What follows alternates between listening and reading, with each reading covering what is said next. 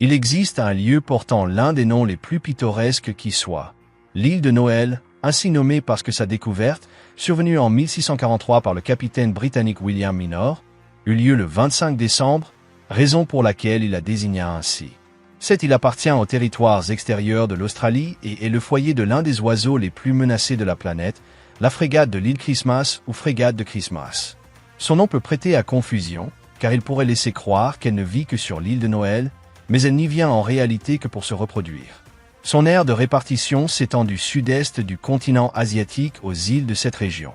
Elle passe la majeure partie de son temps à voler au-dessus de la mer, et le temps minimal passé à terre se déroule sur les hauts rochers des falaises d'au moins 3 mètres, près des côtes, dans les zones tropicales et subtropicales de l'océan Indien. Les frégates sont des oiseaux marins dont le bec forme un crochet, les plumes de leur queue sont bifurquées et elles possèdent de grandes ailes par rapport à leur poids. Leur taille atteint de 90 à 100 cm, avec une envergure qui atteint environ 2,15 m d'une extrémité à l'autre et un poids de 14 à 15 kg. Leur plumage est principalement de couleur noire, avec une tache de teinte blanche sur la poitrine. Leurs anses, comme ceux d'autres oiseaux volants, sont poreux, ce qui leur permet d'avoir un poids moindre, facilitant le vol sans dépense d'énergie excessive, ne représentant que 5% de leur poids. En vol, l'ensemble de leurs ailes et de leur queue forme un W. Elles ont des plumes sur la majeure partie des pattes et de la tête. Leurs pattes sont dotées de 3 doigts orientés vers l'avant, reliés par une membrane au niveau interdigital, ainsi qu'un doigt postérieur court et plutôt faible. Leur dimorphisme sexuel est très simple. Les mâles développent une poche gutturale de couleur rouge, tandis que chez les femelles, la poitrine blanche est plus étendue, atteignant l'intérieur des ailes. Elles passent beaucoup de temps à voler au large, pouvant rester en suspension pendant des semaines, vivant ces périodes en solitaire à la recherche de nourriture, battant rarement des ailes car elles se laissent porter par les courants d'air, survolant à des altitudes de 4000 mètres et passant les nuits à planer, ajustant leur queue contre les vents pour se déplacer avec plus d'agilité. Elles nettoient leurs plumes en plein vol, bien qu'elles soient noires, ce qui signifierait qu'elles surchauffent au soleil. Le fait d'être directement exposées à ces rayons joue en leur faveur, car aux altitudes où elles volent, l'eau gèle et cela les aide à équilibrer leur température.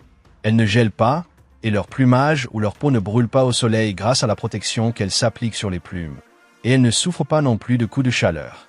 Elles sont très mauvaises nageuses, car leurs pieds ne sont pas très grands, ce qui leur rend difficile le décollage depuis l'eau, contrairement à d'autres oiseaux aquatiques qui le font avec une facilité remarquable. Elles ne se posent sur les côtes que pour se reposer, le faisant sur les rochers ou la végétation, y passant très peu de temps avant de repartir au large. Elles communiquent entre elles par des mouvements visuels, ainsi que par différentes vocalisations pour annoncer divers événements. Ce sont des oiseaux carnivores, se nourrissant d'une grande variété de poissons et de mollusques, comme des calmars, qu'elles recherchent et capturent uniquement en haute mer, où elles plongent généralement leur bec pour les attraper, rarement la tête, évitant de se poser sur l'eau. De plus, elles volent les petits d'autres oiseaux et leurs œufs pour les manger, surtout pendant la saison de reproduction ou lorsqu'elles sont sur les côtes, ce qui leur vaut le surnom d'oiseaux pirates, car elles volent la nourriture que d'autres oiseaux régurgitent pour nourrir leurs petits. Leur seul site de nidification est l'île de Noël. Chaque année, des couples se forment, elles ne sont donc pas monogames. Fin décembre, les mâles choisissent un site pour se exhiber et commencent à gonfler leurs poches rouges pour attirer les femelles, qui décideront lequel est le plus approprié. Les couples se forment en février et cherchent un endroit pour faire leur nid, choisissant 3 colonies connues dans les arbres qu'elles sélectionnent avec un grand soin, car tous ne remplissent pas leurs spécifications, étant assez sélectives quant au lieu, privilégiant les endroits sans vent fort pour atterrir plus facilement. Les 2 parents s'occupent de l'incubation d'un seul œuf, ce qui leur prend 40 jours. Tous deux le nourrissent et en prennent soin, lui apprenant tout ce qu'ils peuvent. Les oisillons apprennent à voler vers l'âge de 8 mois et deviennent indépendants à 15 mois, avec un développement lent, ce qui indique que la reproduction n'a lieu qu'une fois tous les 2 ans. La maturité sexuelle est atteinte entre 5 et 7 ans. C'est une espèce qui vit environ 26 ans à l'état sauvage. Elles n'ont presque pas de prédateurs, les oisillons étant les victimes d'autres frégates et oiseaux marins. En raison de leur répartition et de leurs habitudes, elles ne s'adaptent pas à la captivité. Elles sont en danger critique d'extinction, avec une population estimée entre 1600 et 4500 individus. Le recensement n'est pas très clair, mais un déclin démographique a été observé au cours des décennies précédentes. Cela est dû au fait que l'une de leurs principales menaces est la fourmi folle jaune. Ces fourmis forment de grandes colonies dans les arbres, appelées supercolonies, qui peuvent s'étendre sur des kilomètres. Elles consomment les arbres jusqu'à les tuer, notamment ceux préférés par ces oiseaux, provoquant leur diminution.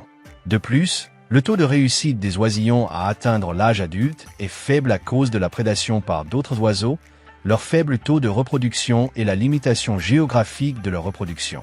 Pour leur protection, des programmes de surveillance sont en cours pour déterminer les conditions adéquates à leur reproduction et identifier les arbres afin de créer de meilleures opportunités de reproduction, ainsi que pour contrôler la fourmi, qui est arrivée sur l'île et y cause des troubles.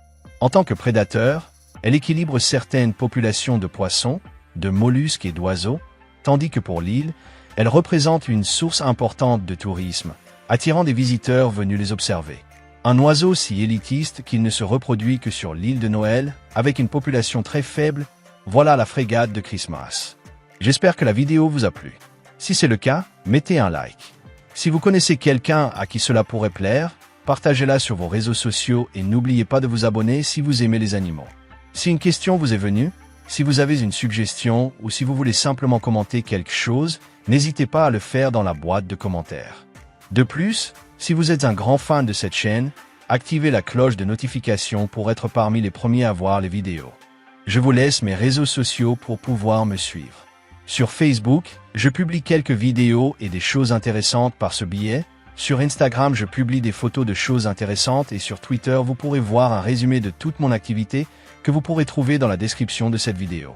J'ai également une page Patreon où les gens peuvent sponsoriser ce projet pour qu'il grandisse beaucoup plus vite. Vous pourrez voir la récompense qui vous convient ou vous plaît le plus, également disponible dans la description. Pour toutes les personnes qui ne comprennent pas l'espagnol, je rappelle que vous pourrez profiter de toutes les vidéos sous-titrées en anglais, allemand, français, italien, coréen, japonais, portugais, russe et hindi. N'oubliez pas de passer sur ma chaîne City Gamer, où je publie des gameplays, des personnages de comics et techniquement toute idée qui me vient pour en faire une vidéo. Merci beaucoup d'avoir regardé cette vidéo. À bientôt.